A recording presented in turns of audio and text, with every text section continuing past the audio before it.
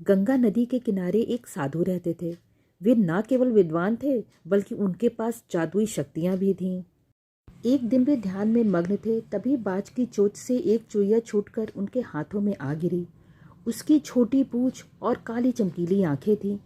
उन्हें वह बहुत अच्छी लगी, पर घर ले जाने से पहले उन्होंने जादुई मंत्रों से उसे एक लड़की में बदल दिया। वे उस लड़की को घर ले जाकर पत्नी से बोले, तुम हमेशा एक संतान चाहती थी ना, तो लो, आज से यह हमारी पुत्री है। इसे पूरी देखभाल और स्नेह से पालो। साधु की पत्नी भी अपनी पुत्री को देख प्रसन्न हो उठी। वह उसे राजकुमारी की तरह पालने लगी। साल बीतते गए। नन्ही सी लड़की अब एक युवती बन गई। जब वह 18 वर्ष की हुई तो साधु और उसकी पत्नी उसके लिए वर तलाशने लगे। साधु ने कहा, मेरी बेटी का विवाह ऐसे व्यक्ति से होना चाहिए जो सबसे बड़ा हो। मेरे हिसाब से सूर्य ठीक रहेगा। पत्नी ने भी हामी भर दी।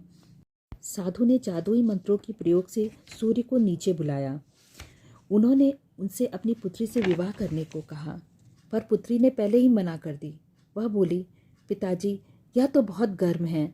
मैं इनसे विवाह नहीं करूंगी। मैं तो उससे करूंगी जो इनसे भी बेहतर हो। साधु निराश हो गए। उन्होंने सूर्य से कहा कि वही कोई वर बताएं। सूर्य ने कहा, बादलों के देवता से बड़ा कौन है? उनमें तो मेरी भी किरणों को रोकने की शक्ति है। साधु ने बादलों को नीचे बुलाया। वह अपनी पुत्री से विवाह के लिए कहा। पुत्री ने फिर से मना कर दिया। वह बोली, ये तो कितने बदसूरत हैं, मैं इनसे विवाह नहीं कर सकती। बादल ने कहा, आपकी पुत्री के लिए पवन देवता ठीक रहेंगे। वे तो मुझे भी अपनी फूंक से उड़ा देते हैं। साधु ने पवन देवता को बुलाया। पुत्री ने फिर इनकार कर दिया। बोली, मैं इनसे शादी नहीं करूंगी। ये तो कहीं रुकते ही नहीं, हमेशा यहाँ वहाँ भागते रहते हैं। इस पर पवन देव ने कहा कि आपकी पुत्री के लिए पर्वत देव सही हैं। वे मजबूत और ऊंचे हैं। वो तो मेरा भी रास्ता रोक देते हैं। साधु ने पर्वत देव से कहा, आप मेरी पुत्री से विवाह कर लीजिए। पुत्री ने फिर मना कर दिया। वह बोली, ये तो बहुत लंबे, सख्त और कठोर हैं। मैं इनसे विवाह नहीं कर सकती। मुझे तो इनसे भी कोई बेहतर चाहिए। पर्वत देव ने चूहे का नाम सुझाया। वे बोले, मैं काफ़ी सख्त, मजबूत और ऊंचा हूँ, पर चूहा मुझ में भी आसानी से बिल बना सकता है। साधु ने चूहे को बुलाया।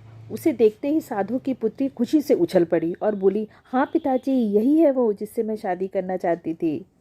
साधु ने सोचा, इसे ही किस्मत कहते हैं। यह एक चुईया थी और एक चूहे से विवाह करना ही इसके भाग्य में लिखा था। उन्होंने जादुई मंत्रों की सहायता से पुत्री को फिर से चुईया बना दिया और फिर चूहे से उसका विवाह कर दिया। चूहा और चुईया विवाह करके खुशी खुशी रहने लगे। तो दोस्तों, इस कहानी से हमें ये पता चलता है कि कोई भी अपने मूल स्वभाव को नहीं बदल सकता।